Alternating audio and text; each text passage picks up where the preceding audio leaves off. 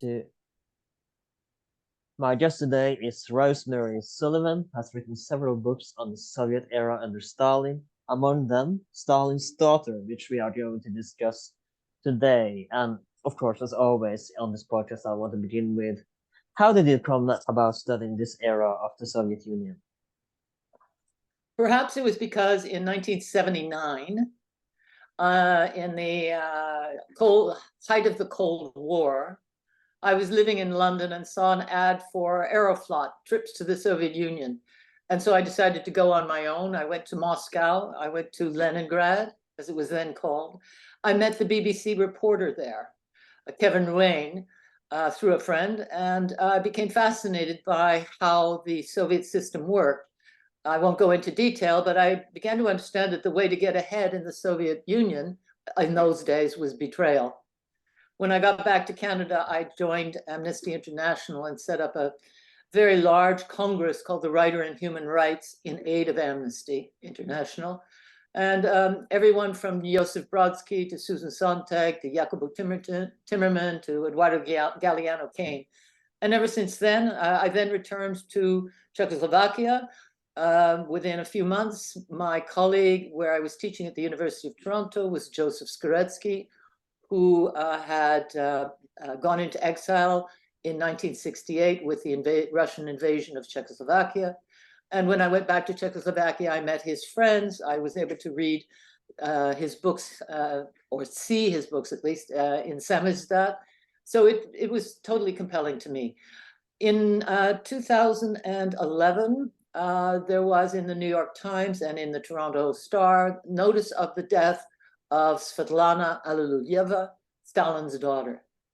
And by coincidence, I was talking to my editor in New York at HarperCollins, Claire Wachtel, and we spoke about how fascinating that life would be. And I said, gee, it would be really interesting to write that life. And she said, do it. I said, but I don't speak Russian. She said, good, because I don't want a historian who has a bone to pick. I'd like somebody who's an independent outsider to write this.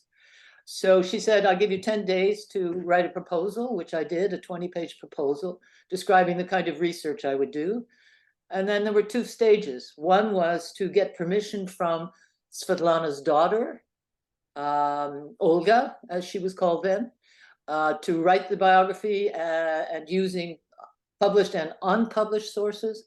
And the second was to find myself research assistants who would accompany me when I was ready to go to Moscow.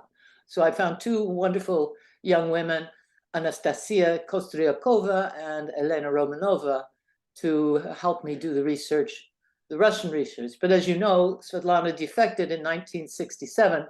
And after that, between 67 and 2011, everything was in English. So let's begin with her early life, because as you know, it would never be easy to grow up being the children of Stalin, the Red Tsar, as he is called. And of course, I think the testimony to this is her brother's fate, destinies as well, one becoming an alcoholic and the other throwing himself during the Second World War to a fence in a concentration camp and dying there. So it wasn't even for Svetlana, of course. Though if I remember correctly, she was Stalin's favorite. It was never going to be easy life for her. So let's begin with her early years. As we talked about, that was the most happiest time of her life. The happiest time of her life, perhaps apart from the first days of her marriage to Wesley Peters or to Brajov Singh, the happiest days of her life, which she called those days of sunshine, were her childhood years from till she was 6.5. The summers would be spent at the dacha in Zubalovo, which was formerly owned, of course, by the Tsars. Very elegant residences, though the Bolsheviks divided them up so that they probably had only a small one. But gardening, going fishing with her grandfather, family dinners, her mother always busy, but there. Svetlana had a difficult relationship with her mother because her mother was trying to be a Bolshevik wife, which meant going off to party meetings, trying to educate herself in certain ways. And when Svetlana said spoke about her mother, she said she had very little. The only thing she remembered was her mother leaning over her and she could smell her perfume. She didn't remember embraces. She did remember one lesson from her mother, which was her mother took her finger and crossed Svetlana's heart and said, "That's where you keep your secrets," which is rather sinister, right? But her relationship with her father, when her mother and father would fight, Svetlana would put her arms around her father's Cossack boots, and he would quiet down. She was the one who had an intimate relationship with him until her mother's death. She did not know it. In fact, only a very, very small circle of people knew that Svetlana's mother, Nadezhda, had committed suicide. Svetlana just thought her mother had died. What happened was Stalin moved the family to an apartment in the Kremlin, and Svetlana would have to sit through every meal with the members of the Politburo, whether it was Beria or Khrushchev or whatever. She always said that her political shrewdness came from watching how there was double talk at that table. There was official stuff, and then there was the private,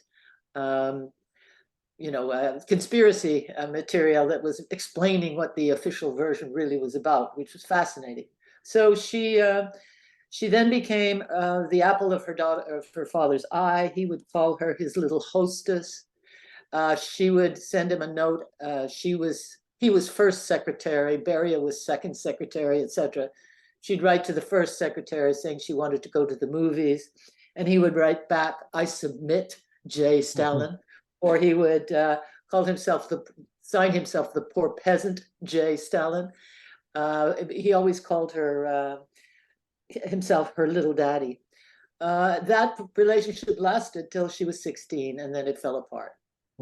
Before that, though, I want to talk about her relationship with her brothers as well, because it kind of, to me, sounds a little bit like a medieval royal family, where as you know, that they wouldn't go alone, and there would be quarrels about the throne, etc. So no royal families ever really got along that well. And it would be kind of the same here as well, because she would be bullied really quite a lot by her brothers, and I believe Vasily would even tell her sexual stories that would put her off sexual adventures for quite some time, that would never be a sexual pleasure as well. Her relationship with her brothers, I can only comment on what she wrote about it. And so about her older brother, she said that he took care of her. He was the one who watched over her. He was her half brother, her stepbrother, born in the Caucasus from Stalin's first wife. She didn't see him until he was well into his teens, and she was growing up. So that was a very moving and positive relationship, but it ended tragically when he was captured by the Allies and imprisoned, and eventually, rather than being used as a tool and so on, he committed suicide. Her relationship with her other brother was quite a bit different. I would say that he was only a few years older than her, 5 years older. She always said that when her mother died, he was her favorite. And when she died, he was never the same. He began to drink, to use drugs, to fraternize with women. He had at least 3 marriages, probably 4 if I think about it. And it was as if he became the parody of the dictator's son, using his power ruthlessly whenever he had to. That Stalin cared for him seems to be suggested by the fact that he never allowed him to be involved in any aviation exercises, or indeed to fight as a pilot in the war because he was protecting him. That said, Stalin's preoccupation during the war was elsewhere, obviously. So her relationship with her brothers was, I would say, quite distant in a way, except, yeah. So, but before that, he was never going to succeed Stalin, even before he became an alcoholic, right? There was never talk. Was there any hope that he would succeed him before he became an alcoholic, or was there never question of doubts that he wouldn't? No, I don't think there was any. After Stalin died in 1953, he became even more aggressive in his demand to be a member of the ruling elite, until eventually Khrushchev had him arrested and put in prison as a kind of way of curing his alcoholism. But when he got out, he went back to his old ways. I remember when I was in Moscow, I met one of his sons, who sorry, can we take a yeah, of course. We'll be right back after this, and we're back. So yeah, you remember, you forgot the name, but that's you found it again. So you met his son. I just wanted to say that when I went to Moscow, I was able to meet the son of Svetlana's brother, Vasily. Obviously, he had changed his name to Sasha Berdonsky. He'd left Stalin and changed to his mother's name, Berdonsky. I spoke to him about his father, and I said to him, your father, Vasily, seemed to be a parody of the dictator. Over drinking, over womanizing, trying to manipulate his power. But Svetlana seemed to be completely different. And Sasha said, no, you're wrong. Vasily was just a parody, yes. He was a silly man. What happened was that when he met his second wife, he abandoned his first wife, and his children were put in the care of this woman who neglected them completely. So he said it was a relief to get into the Russian army after his childhood, which is a bit of an extreme statement. But anyway, Sasha Berdonsky said, you're right about Vasily, but you're wrong about Svetlana. Svetlana had her father's organized intelligence. She had his discipline. She just didn't have his evil. I loved her deeply, he said. And another thing that wasn't easy about growing up, because as you know, if you know a little bit about Soviet history, in the Kremlin, they all lived together, and obviously it was quite a close comradeship, as they would say. And they would go to school together, the children of the politicians. But as you know, even as a politician, you were safe under the hands of Stalin, and people would suddenly disappear, and that would mean that your school friends, would also disappear, because if your father would disappear and sent to the Gulag, you were no longer obviously welcome to the Kremlin. So that must be another traumatizing part of her childhood, because she wasn't really explained what happened to her friends, why they disappeared. So it must be, and why their family suddenly got out of the Kremlin. So it can't have been easy. Another thing that can't have been easy for her. Again, she described her childhood when they all lived together in the Kremlin as wonderful. They would all get together and play on the statues in the yards outside. I talked to some of her childhood friends, and they said everything was good until 1937, when the terror began. By that point, Stalin had began to become convinced that there were plots against him. He had to secure his power. And at first, it didn't seem to, you're talking about an 11-year-old child, right? She wasn't, what was going on, it wasn't clear. But then one of her school friends, her father rather, disappeared. And the mother asked the school friend, her daughter, to give Svetlana a letter. Svetlana took the letter to her father, which requested that this man be released. And Stalin was furious. He said, never do anything like this again. Oddly enough, he did secure the release of this man, ordered it, but otherwise. And so Svetlana had no idea really what was going on as she watched slowly members in her own family disappear. She had a favorite aunt and uncle, the Svanitzes, and they disappeared. They were put in Lubyanka, and then they were executed, the prison Lubyanka, and were executed. It was said by historians after that Stalin could then say, look, it's not me, it's happening to my own family. So then she watched her uncle, Pavel, die of a heart attack when he was being accused. She later, by the 40s, saw two of her aunts imprisoned, and they were in prison for about 7 years before they were released.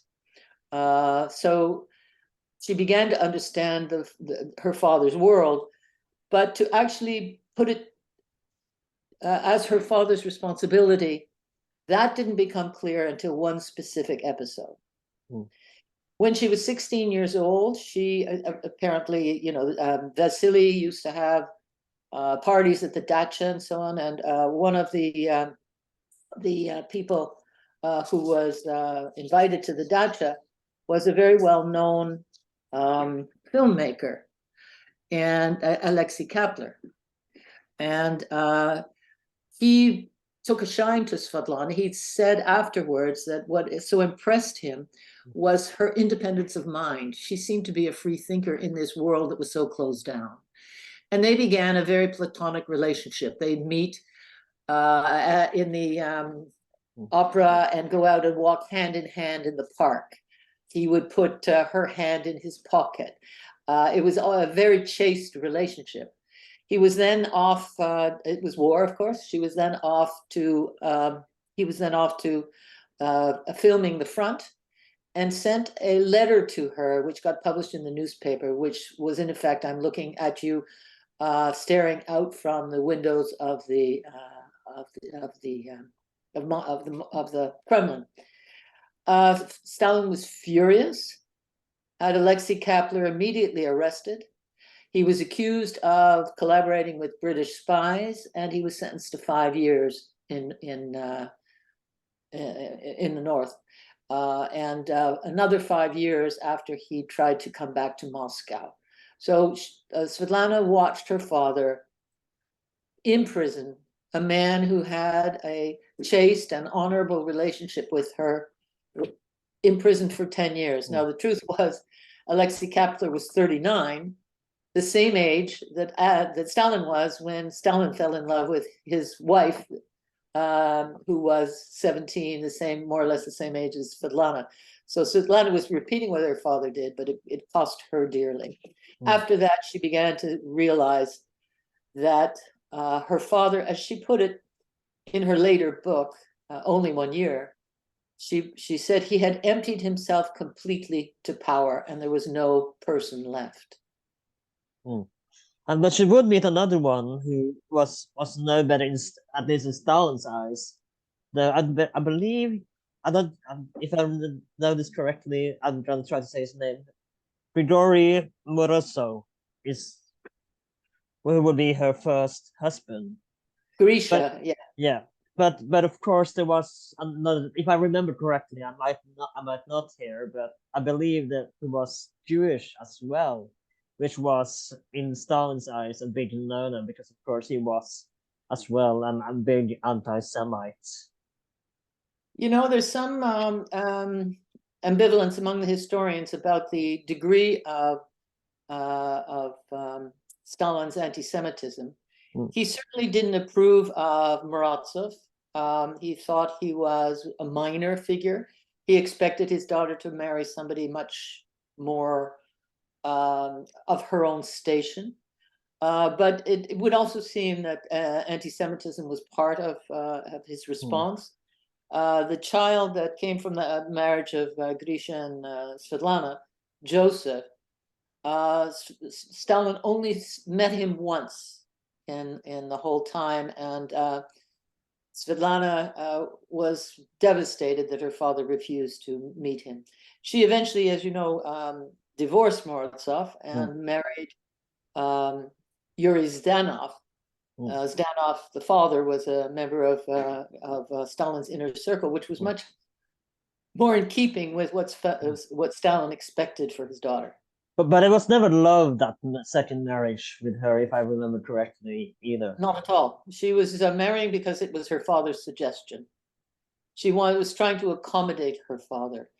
In fact, again, Sasha Berdonsky, that is Stalin's grandson, always said that if you're the child of a dictator like Stalin, you either have to totally accept him, which was the case, for instance, with the children of some of the Nazis, or you completely reject him. But Svetlana was kind of caught in the middle. It was very hard for her to disavow the affection, the love she felt for her father, possibly also because she had lost her mother. But by the end of her life, in her residence in Wisconsin, there was no photograph of Stalin. There was just a photograph of her mother and her daughter. I remember watching a recent documentary that came out on Netflix, and where she would get really mad when the reporter would come. She would talk about it eventually, but she would get really mad. I mean, we will talk about this when the end comes as well. But that she would refuse to even talk about Stalin, and that she, at the end of her life. There were, as I think, again, Sasha Berdonsky, such a shrewd and intelligent man, he said there were so many myths about Stalin. When people think of Stalin, they think that Stalin himself alone was the Bolshevik system. But in fact, if he hadn't been propped up by the Khrushchevs, whose reputation in the Ukraine was horrific, by Beria, who was a sadist by others, it was a system that was supported by thousands, is what made Svetlana angry. And to make it as if it was only Stalin's invention. Yes, Stalin was ruthless enough to understand, how to eliminate any threat. When he died in March of 1953, there's a good case to be made that the next person on his list was Beria, because Beria was getting too powerful. So this was how Stalin, much like it would seem Putin, had to be aware of where the potential rival or threat lay. That was his genius. He was able to see it. But that the system and its murderousness was entirely Stalin's fault made Svetlana angry. And when she was interviewed, for instance, she always felt she was being pushed to confirm this myth of her father as the sinkhole into which all Russian evil could be thrown. I mean, you can kind of understand the frustration there as well. So let us talk about Stalin's death for a second, because this is when things start. She does stay in the Soviet Union for quite a little while after Stalin's death. So what happens to her when he dies, and Khrushchev takes over? The film, The Death of Stalin. Seen it? Oh, of course, yeah. Yeah, I think it's brilliant. I mean, it's a parody, it's a satire, but it comes very close to the truth. And the scene with Beria really kind of fits quite nicely. I don't think they get Svetlana quite right. They make her way too passive. But in any case, what happened was, as you know, he died in 53, and then in 56, finally Khrushchev made his secret speech in which he made Stalin responsible for the Gulag and for the murderous system and so on. And he ordered the release of hundreds of thousands of prisoners from the Gulag. Khrushchev was, of course, not admitting to the fact that he was responsible for the death of millions through famine in the Ukraine, but in any case, he got to be. So there's a poignant moment in which Svetlana is at her university, sitting beside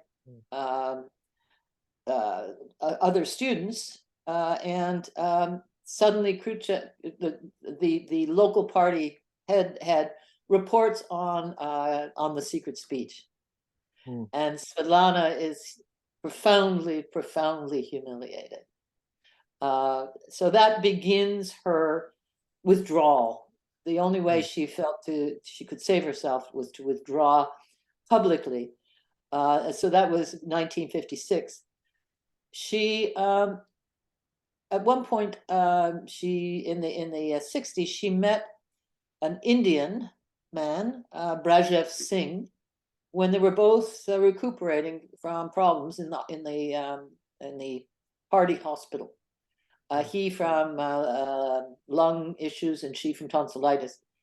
And a relationship started, which became a very important relationship. Her daughter, Svetlana's daughter, would say it was the most important love affair of Svetlana's life. And she wanted to go back to India with Brajev Singh because he was ill. And when she asked Kosygin and Brezhnev if she could go, they said, no, Stalin's daughter will not marry an Indian fakir, as they put it. We should also mention that she, of course, divorced her second husband as well. Yes, Muratov, or Zdanov, yes. Yeah. In fact, she had a child with Zdanov, Katya. So she had 2 children from her 2 marriages in Moscow. And then she was on her own, living quietly, avoiding contact with the public, more or less, though she did have some very important friendships. But then she met Brajev Singh, as I say, and I'm answering your question about why it took her so long to leave.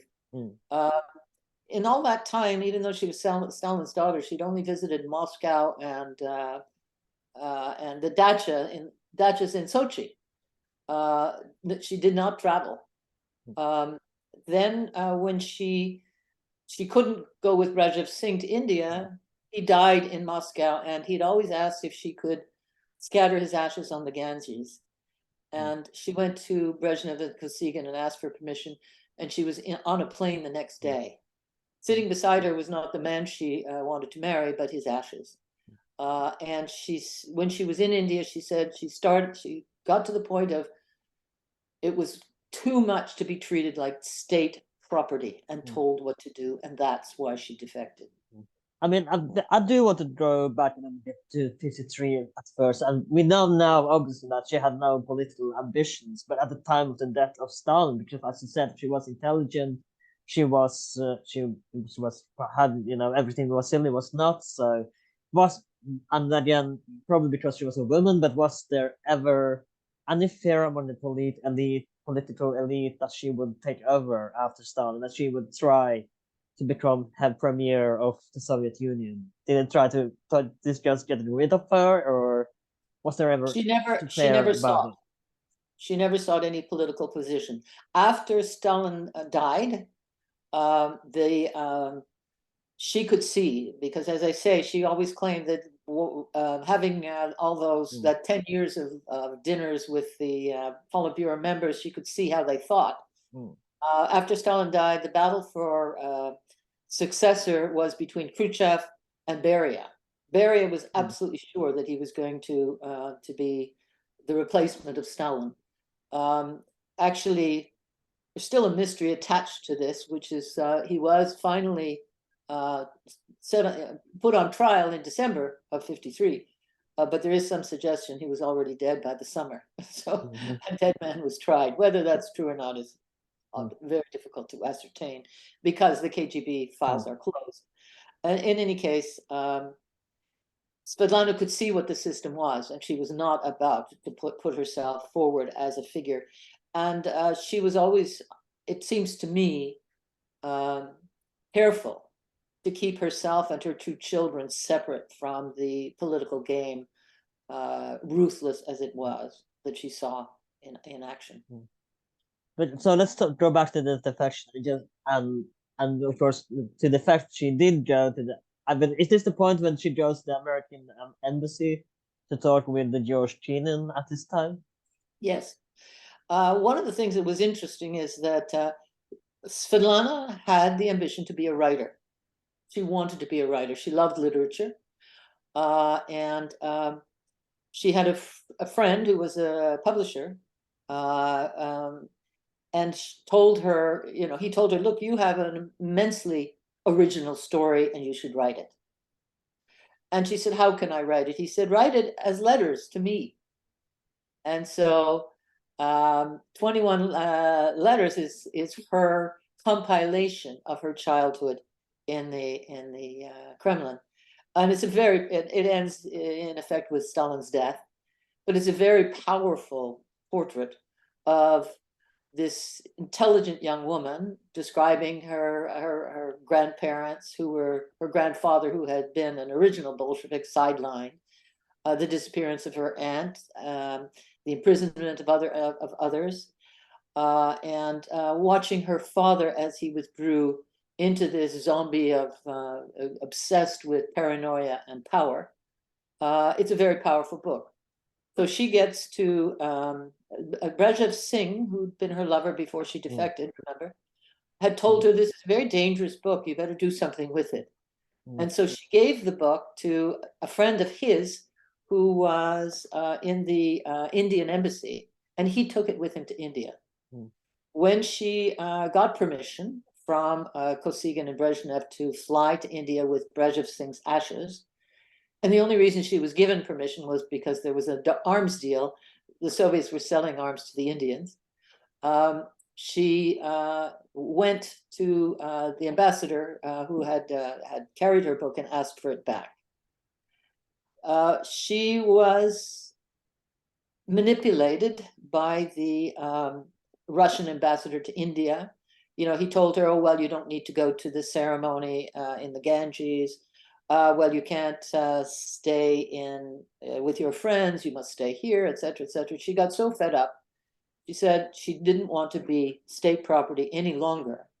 And she realized that the best solution was to defect to the American embassy, which was not far away. The day of her defection was Women's Day for Russians, and everybody was drunk, as she said, and she wouldn't be missed. She sat there. She'd already bought presents for her children. And she thought seriously, what would it be like for my children if I defected? And she concluded accurately that they wouldn't come to any harm, but whether they might forgive her is another question. So she called a taxi. The taxi drove her to the American embassy. It was after hours. They answered. She showed her Soviet passport, which meant she was a defector, and they let her in. The person in charge of defectors was a man called Robert Rail, whom I met later and spent a weekend interviewing him and his wife about this period. Robert Rail brought her to the interrogation room, if you want, and one of the diplomats said to her, she said to them, "You may not believe this, but I am Stalin's daughter." Yeah, what was the reaction? Yeah, when they heard his it? It must reaction have been quite surprising. Yes, his reaction was, "You say you're Stalin's daughter? The Stalin?" But Robert Rail, she gave him the manuscript she was carrying of 20 letters to a friend. And he immediately took it to the Russian-speaking section and could see that it was authentic. At first, is this woman crazy? Is she a plant? Is she a spy? Who is she? But they decided that there was enough credibility given her book to her being Stalin's daughter. They had sent telegrams to the FBI and the CIA and so on. And apparently the American government didn't know Stalin had a daughter. Hmm. which was really interesting. Shows you how quietly and privately Stalin kept his daughter to himself. Any case, they decided to give her a visitor's visa because, in fact, she had been smart enough to demand her passport when she agreed to go back to Russia. It was a very unusual thing for a Soviet citizen to be able to carry their passport, but because she had her passport, she was given a visa and she was flown to the United States via Rome, stopped in Rome. But on the way, the embassy in New Delhi got a telex from the United States saying, have nothing to do with her, kick her out. But they had to reply, she's already on her way. They felt that they had the possibility of détente with the Soviets, and they didn't want Stalin's daughter's defection to get in the way. As it turned out, the détente was an illusion anyway. So let's talk about her arrival to the United States, because she does end up in there eventually, as you know. And it's I love how kind of it's a kick in the face to the Soviet Union that the daughter of one of their leaders would end up in their enemy's territory, enemy camp, so to speak. So it's kind of a kick in the face, I feel like. Completely, and she was considered to be the most important Soviet citizen to defect.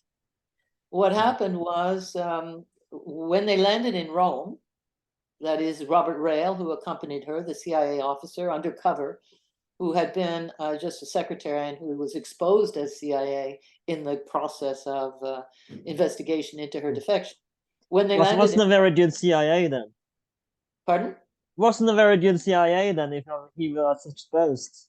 No, it wouldn't have been his responsibility. It would have been the embassy. Somehow I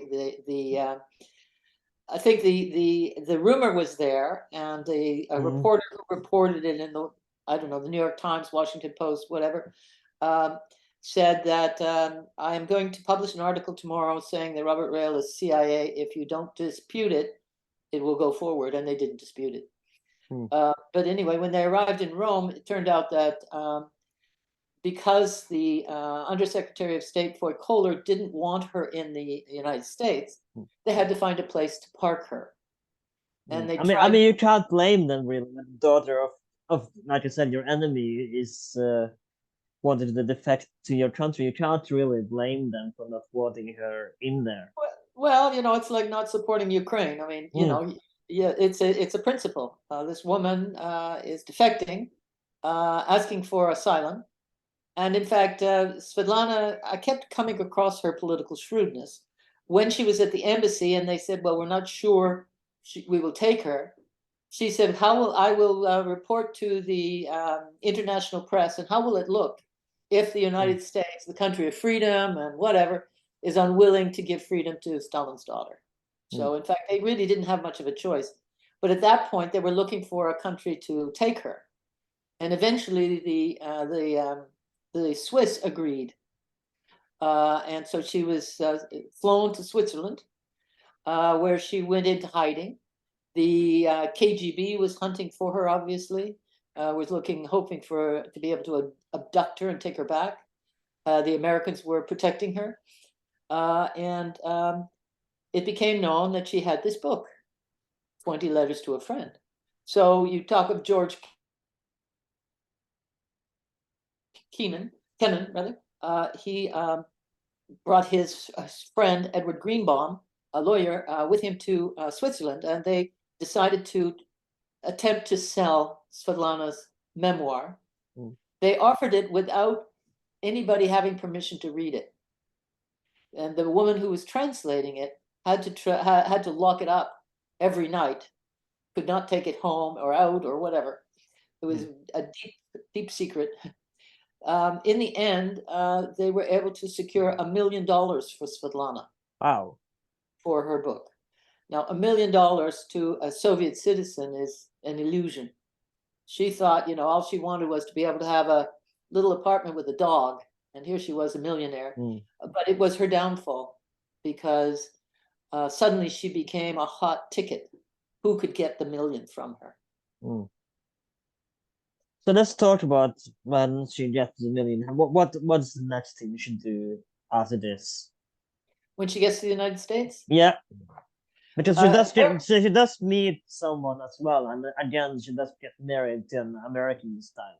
Yeah. When she lands, apparently there was a bigger crowd to meet her than met the Beatles. Hmm. I mean, she was huge item, and she just spoke very briefly about the great relief she felt in being a country where you could speak your mind. Did she speak English at this time, or did she? Oh yes, Uh, she had Stalin had insisted she take English lessons when she was 10 years old, so that she could be present and translate what Churchill was saying. He didn't want to. He wanted somebody he completely trusted, i.e., his daughter, to be able to tell him what Churchill was saying when they had private meetings, which was not often, obviously. But he wanted his daughter to speak English, and she spoke very good English. So, in fact, then she tried to live a quiet life in Princeton and to work on her second book. And yes, she had a couple of affairs, but she walked into a trap, which was very strange. She was getting letters from a woman called Olga Vanna Wright, who was the wife of Frank Lloyd Wright, the great architect.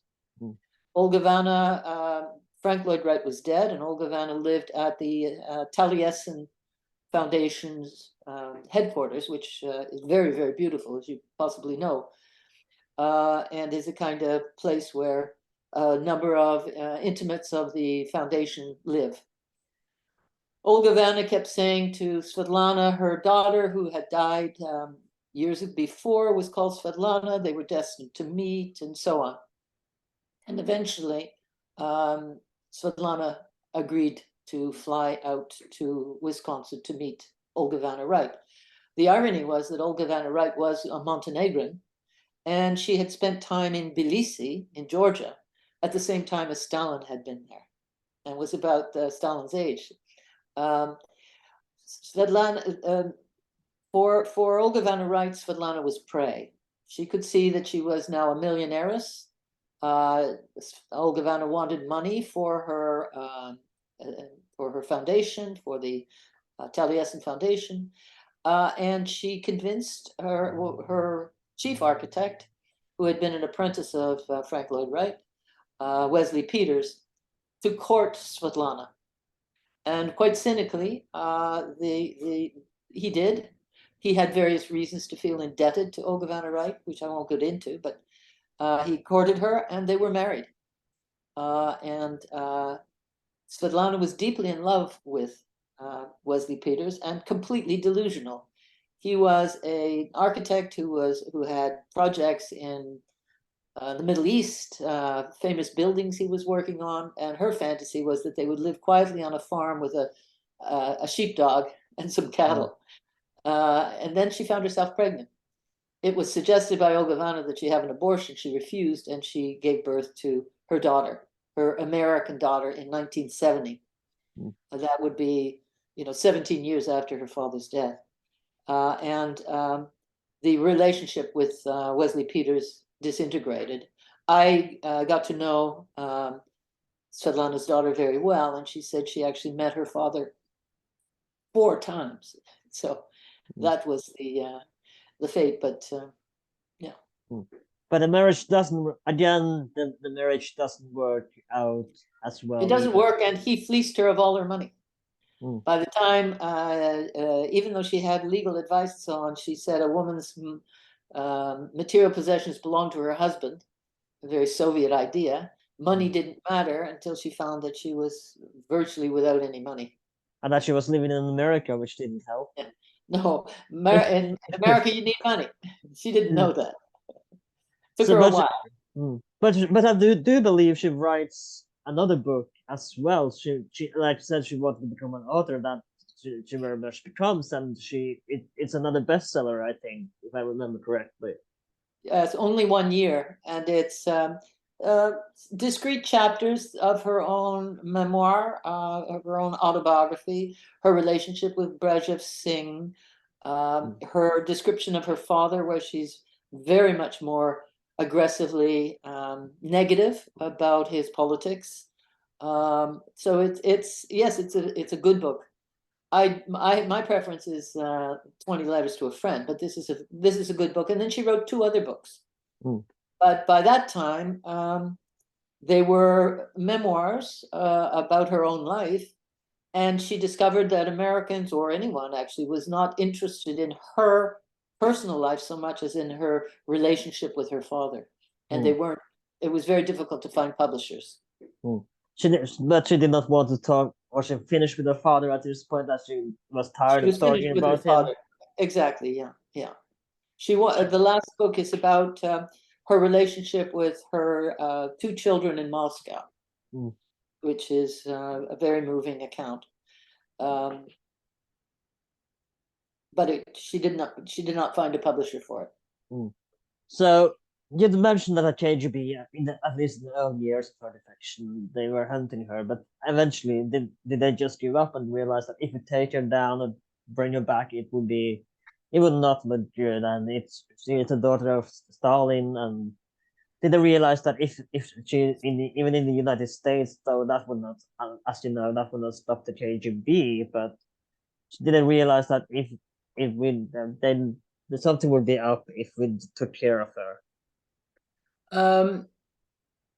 Did they give up? What happened initially was that there was total shock that she had managed to defect. And the ambassador to India was, of course, demoted seriously because he'd let her escape. But then they sought, the KGB sought under Andropov, sought to discredit her. One of the things that was very interesting, I mean, when you're writing a book like this, I, of course, applied to the CIA to get their files on various people, especially Svetlana, but on various people, the FBI, to various libraries. And one library, I had an assistant, Sim Smiley, who was a wonderful researcher. And she told me there was a collection of papers at Stanford. And they were put there by a woman who had attempted to write a biography of Svetlana in the 90s, Meryl Seacrest, but who hadn't pursued it. I got the description of the papers and discovered that there were 2 KGB files in the collection. Now, when I went to search for KGB material in 2011 or 12 to 15, they were completely closed. Curiously, the files in Tbilisi had somehow the whole area had caught fire. There was going to be no access to KGB files. The only time there might have been access was right initially after the wall came down, but since then, no. And in these two KGB files, there were the strategies the KGB used to discredit Svetlana. One of the things, when I was lucky enough to have the phone numbers and addresses of her relatives in Moscow when I went there. And I went to visit her cousins. And one of them said something very curious happened with Joseph. Right at the time of Joseph, her son, right at the time of her defection, Joseph left his apartment in Moscow for the suburbs. And then very soon after that, he was back. Now, if you're Soviet, you're used to reading beneath the story, right? It was clear that at first Joseph refused to help the KGB, and then he acquiesced and got his status back. By then he was a doctor.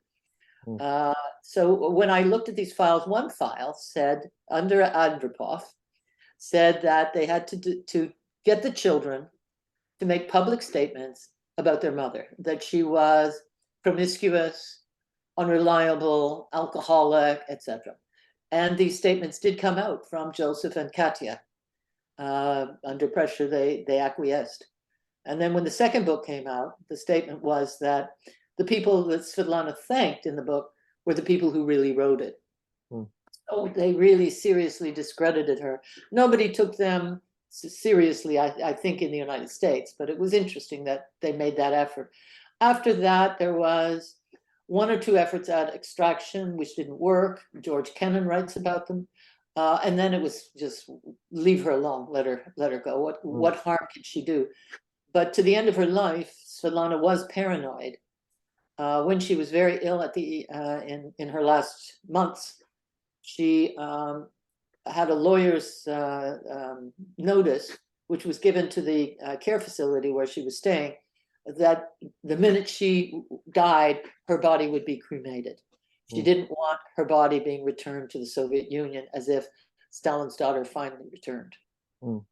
So I want do forgive me for skipping a few years here, but from the 1990s, 1991, and the Soviet Union collapsed, and what was her reaction when she read the news that or saw television that the Soviet Union had finally collapsed? Was she happy, or was she kind of just it didn't mean anything to her at this point? You know, when you're writing biography, you're dependent upon the documents that you can find or the people you can interview. I can't speculate on my subject's thinking unless I have grounds to do so. She had a wonderful friend, Mary, whom she wrote to, and it was as if she just expected this. This was kind of normal, and she didn't really trust it. But as I say, when in 1999, she wrote to Mary to say, Mary Burnett, that she couldn't believe that the Russian people would actually elect ex-KGB goon. So she was hoping for an opening in the Soviet system, but remained a bit skeptical. And then when she finally proved to be correct, so other than that single letter, conversations with her daughter and others didn't elicit any information about her in the 90s. What she was concerned with, as per usual, was she wanted to reestablish connections with her daughter Katya. When I talked to again Vasily's son, Stalin's grandson Sasha Berdonsky, he said, you have to remember that Joseph and Katya, her daughter and son, had different parents. Joseph's father was Zdanov, and you could expect Joseph loved his mother, and the only thing he wanted to do was be with his mother in America. Katya, who was, sorry, did I say Zdanov? Joseph was Morozov's son. Katya was Zdanov's son, who was a high party member, and she herself was a fierce communist, and she faulted her mother. But in the 90s, there was a reconciliation and an effort at some kind of reconnection. So that's the only preoccupation that Svetlana ever expressed to friends about that period. Does she ever go back to Russia to meet her children again after the fall of the Soviet Union? She did. No, she did before the fall of the Soviet Union. What was the reunion like when she met her children again for the first time since 1960? Well, again, these are always mysterious. It's as mysterious as us trying to figure out what's going on in Russia right now, right? There are so many possible interpretations of the narrative. In 1983, Svetlana was living in England.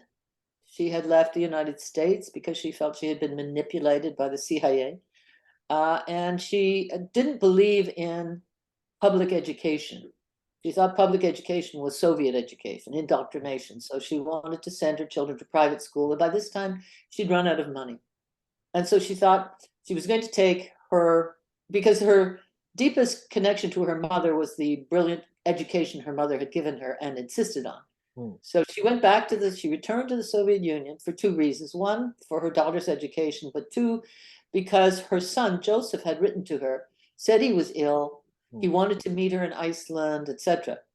So she actually went back to the Soviet Union, to Moscow. And the meeting with Joseph was not successful. She did not feel, she felt that she'd been manipulated, and there's a good chance that she had been. Her experience of being in Moscow was that she was either offered, a palatial residence, chauffeur, whatever, or she was vilified as Stalin's daughter, one or the other. Mm. It was going to be very hard for Olga to get an education unless she was indoctrinated by the pro-Soviets or even or she was vilified. So in fact, after 6 months, they moved to Georgia, Mm. and it took a year and a half, but they eventually got back to the United States. So Mm. by 86, they were back there. And she never made an effort to leave the United States after that. Mm. So you mentioned she had no money at this point, and her statement. What was it like to come back to the United States again and almost have no money? Because as we talked about in the United States, because the capitalist is a capitalist world, and like I said, you need money. So how did she come by at this point? She said at one point, I was born at the top of the Mm. heap. There was a perfume that was sold in department stores in Moscow called Svetlana. Mm. She was born very, very wealthy if she had wanted access to money. And she had ended up poor, and she said, that's fate and that's okay. So what she stayed in Wisconsin, where they had subsidized residences for old age people. So she was in an old age home to the end of her life, and then taken to hospital when she was in an emergency. Mm. Now her So. daughter lived on the West Coast, which was the only, and she would have gone to the West Coast, but they didn't have the same kind of subsidized health care there. Mm. Did you ever have a lot of contact with his daughter? Do you know her daughter living on the West Coast? Do you know if they what was their relationship like? Do you know if it was warm, was it cold, or did they have a Intimate and good loving. relationship? It was intimate and loving. When I first interviewed her, um, we were back at my small hotel room, and I watched the room darken as the sun was going down. And she sat there and she said, there were times you couldn't tell why, but there were times when my mother fell back into the dark nightmare of childhood, and you couldn't console her. I have the impression, and actually Olga said it, that I'm not using her real name, said it, that sometimes she was the mother and her mother was the child, and also her mother um, took care of her. There was a moment one Mother's Day when Olga put together breakfast for her mother and took it to her, and Svetlana said, "Oh wow, it's Mother's Day. Let's do something wonderful. Let's move." So she had this strain of nomadism. She just moved from place to place to place. It was a very intimate and powerful relationship. A do, very do we good one. do we know if her daughter wanted to meet her other half brothers or half sisters in Russia? Do we know if they ever met and what their relationship were like if they did Yes, so? yes, yes. They met. Katya, if I remember correctly, refused to meet Svetlana, and so Olga didn't meet her. But Mm. she met Joseph. But it was, there was no. The person she was most fond of was Sasha Berdonsky, Vasily's son. They had a lovely relationship. There were some other friends of Svetlana's. Um, Lily Goldman, for instance, her black friend. They had a very good relationship, but she didn't establish any rapport with her brother. Mm. Who knows? There might have been jealousy there. Mm. So what to about her death?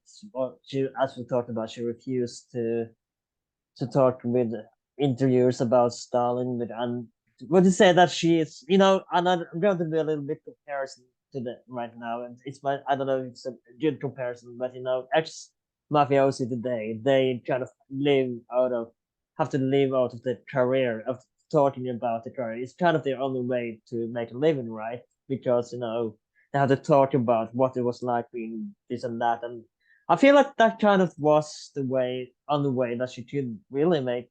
Maybe not, but that's kind of the same with Svetlana. What she did, that the way she lived, her legacy, that she only could talk. The best way for her to make a living was talking about her past life in growing up in in the But you Soviet see, Union under Stalin. that would be too cynical. I mean, this is a woman who turned totally against the Soviet system. Mm, So when she was in London, for instance, she would march in anti-nuclear parades. mm, She didn't feel that lives should be controlled by money. She did have some money left, maybe a couple $100,000. For a long time, she and her daughter lived in a small town in Wisconsin. It was only because her daughter was offered a position on the West Coast that she went to the West Coast. But Svetlana had friends. She had her cat, wonderful picture of her with her cat. And she wanted a quiet life. She didn't want to travel. She didn't want to, it would seem. And the idea that she could make money out of her father was not part of her lexicon. That was not mm, something she wanted to do. mm, She wanted to be as far from the mafioso mm, circle as she could be. mm. She should have probably done it easily, right? Made probably millions out of talking about her father, going to conventions and that kind of things, and book fairs, writing, publish tons of material. I'm sure, but it's interesting that she chose not to do this. It's she's such a fascinating character to me. Well, in fact, what's so to me compelling about Svetlana is she was never daunted. I mean, she kept reinventing herself. Sasha Brodonsky also said to me, you must understand that Svetlana was never running from, she was Mm, running towards. She was mm, running towards some, I can't find any other word than spiritual integration that he said she would never find, but mm, she always believed it was possible. And I became a friend of a woman called Rosemary Richardson, who had written a book about the Stalin purges and who had known Svetlana personally. mm, And she did say what an extraordinarily intelligent, but also not mystical, but a person who did have a spiritual dimension to them, which is how she put it. What's so interesting is the idea that Svetlana might have been her father's daughter, but the genetic pool was empty when mm, she entered because mm, she was as much an opposite to her father, though she was mm, stubborn. She could be fierce. Uh, she finally, after a couple of after I think it's 10 years, she was allowed to become an American citizen, and she said she was very happy to become an American citizen. The only thing that was hard about swearing allegiance was that you had to swear allegiance that you would kill to support the republic. She said, I could never kill anybody. mm. What would you say is the legacy of Svetlana? I suppose her books. Um, it would be interesting to now that we're back into um, a world that is so full of riddles and Mm, confusions and interpretations when it comes to the Soviet Union. Sorry, when it comes to Russia. Contemporary Russia, apparently there was another general in the hierarchy, in the Putin hierarchy, who was aware of what Prigozhin was doing. Now, what will his fate be? Who's going to get rumbled? Who's going to survive? Will Putin go? What's happening among the criminal elite, etc. Um, it would be interesting to take Svetlana's book, mm, 20 Letters to a Friend, and her world, and my book, to see her perspective on how that world functions. mm. Like you said, she kind of predicted it with Yeah, when she said why yeah, would they elect him as president in '99? that's right. In 2000, he was elected, but he was running in Mm, 99. mm, Yeltsin had nominated him, and then he had his status as president confirmed in the 2000 election. I mm, mean, and probably some of it was rigged, but not enough to, And I spoke to a wonderful historian at Columbia University who told me that when he was working in the Soviet Union on a regular basis, 50% of the population were pro-Stalin and 50% were anti. It was still a divided response. Because and it's what Putin is playing on, the idea of wanting to be a first world power. You know, I mean, I'm a Canadian. I'm not the least bit interested in that, right? But if you're American, with your notion of American exceptionalism and so on, you do believe that you have to be the most important country in the world. And Putin and Stalin were moving in that direction. I mean, the idea that Stalin was one of the three to negotiate the future of Germany and the world after the Second World War indicates the distance. He brought the country at great cost, but made a lot of Russians very proud. I think we're gonna round it up there. Thank you so much for coming on the podcast. Before I go, do you have anything you want to promote? Any social media where people might find you, or where people can buy your books? Should they be interested in reading more? You absolutely should about Svetlana. My webpage is rosemarysullivan.com. And you will find places, including Amazon, for instance, where you can buy the book. And there's a connecting link to something called Shepherd, which is a podcast where I've been invited to talk about my book Villa Herbel, World War II Escape in a House in Marseille. And of course, I am on Facebook and LinkedIn. Thank you again. Thank you so much for coming on the podcast. This has been with Nathan Schwell. Please check out some other episodes. I'm sure you're gonna find something you like. And please like, share, and subscribe. We are available on Spotify, YouTube, Apple Podcasts, wherever you can find podcasts these days. Please write a little review of us on iTunes if you like this episode. Thank you so much for coming, and I'll see you next time.